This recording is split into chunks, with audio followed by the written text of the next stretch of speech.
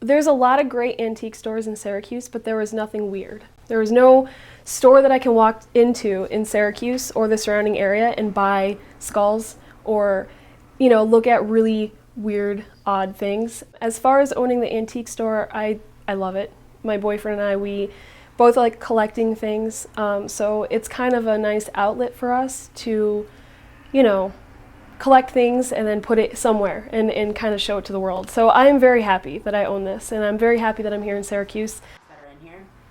Our personalities are definitely apparent.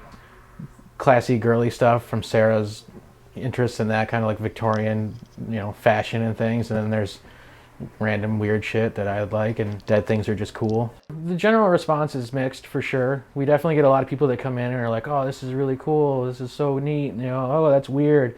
And occasionally we get old people that aren't stoked on anything in the store whatsoever, and they're really disgusted that we have dead animals, and they think it's appalling that we have, religious things, and people can get offended by dead things. So typically what I've seen is a lot of people that come in and they're into weird stuff. They've seen like the show Oddities and things like that, so they're like, oh, you're like Oddities, and it's like, yeah, sure. And then they look around, they want to find the weird stuff, so they look at all the weird stuff, and then they kind of come in, they do a loop, and then they're like, see you guys later, that's weird.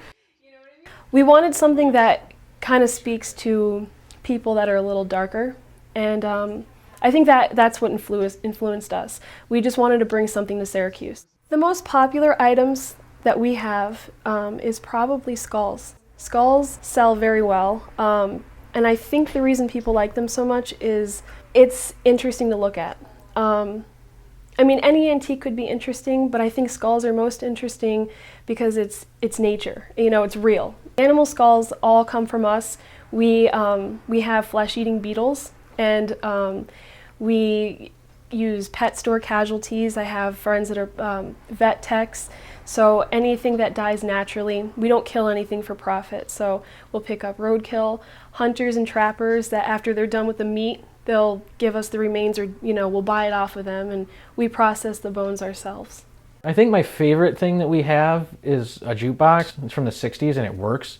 And I think it's just my favorite thing because it's so old and it works, and music's my thing too, you know what I mean? I've always been an art and music kid. There was like a couple random things wrong with it, so we didn't really want to mess around with it. And one day I was here bored when I still would come to the store and work for the day, and I was just messing around with it, and it just turned on. And we have the Eye of the Tiger single in there, and that was the first song that came on, and it was just like, I don't have any kids, but I feel like that's like the same thing. It's like watching my first kid. I was so proud.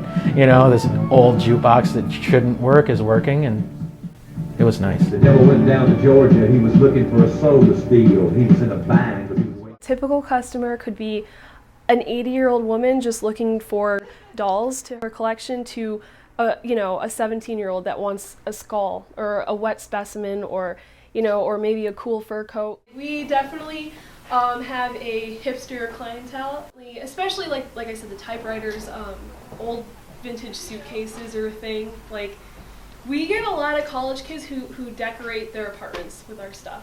This is my pride and joy, this corner. These are things that I've collected.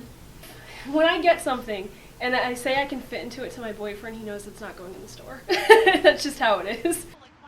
It wasn't a strategically placed plan on opening on Burnett Ave. It just was one of those situations where we want to open a store, we're just very overzealous about it, and we found a storefront that we liked.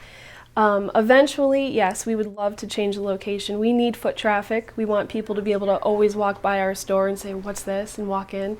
So that is one thing that we don't have here on Burnett Ave, but you can definitely expect us to go to a busier location.